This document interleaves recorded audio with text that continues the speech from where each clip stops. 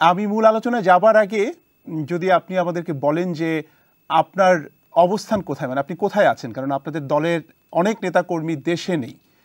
তো সেই ক্ষেত্রে এটা একটা প্রশ্ন যে আমি আপনার ইন্টারভিউ করছি, কোথায় রয়েছেন আপনি, এটা কি বলা? আমি এখন মার্কিন যুক্তরাষ্ট্রে আছি।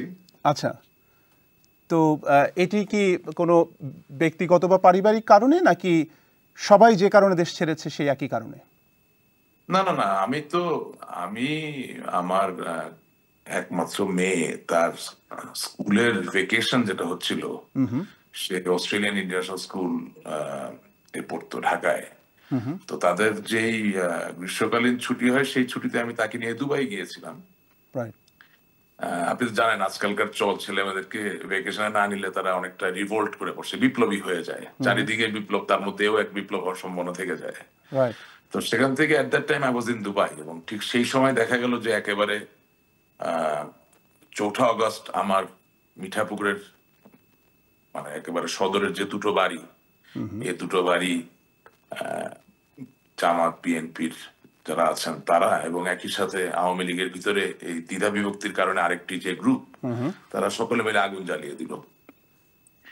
এবং স্বাভাবিকভাবে নিজের আবাসস্থলে আগুন জ্বালিয়ে দেওয়ার পরে তো ছেলে মেয়ে নিয়ে আপনি আসলে ফেরার মতো অবস্থায় থাকেন না।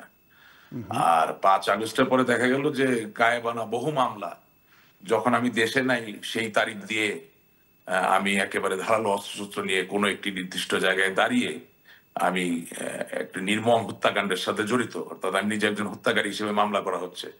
তো সেই অবস্থায় আপনি দেশে ফিরবেন কিভাবে? এবং সবচেয়ে মজার বিষয়, একই দিনে বাংলাদেশের 6 জায়গায় আমার নামে হত্যার মামলা। অর্থাৎ আমি মনে হয় হেলিকপ্টার দিয়ে ঘুরে ঘুরে ঘুরে হত্যা করতেছি। ঢাকায় হত্যা করলাম, গাজীপুরে হত্যা করলাম, বংশালে হত্যা করলাম, রংপুরে হত্যা করলাম, মিঠাপুকুরে হত্যা করলাম।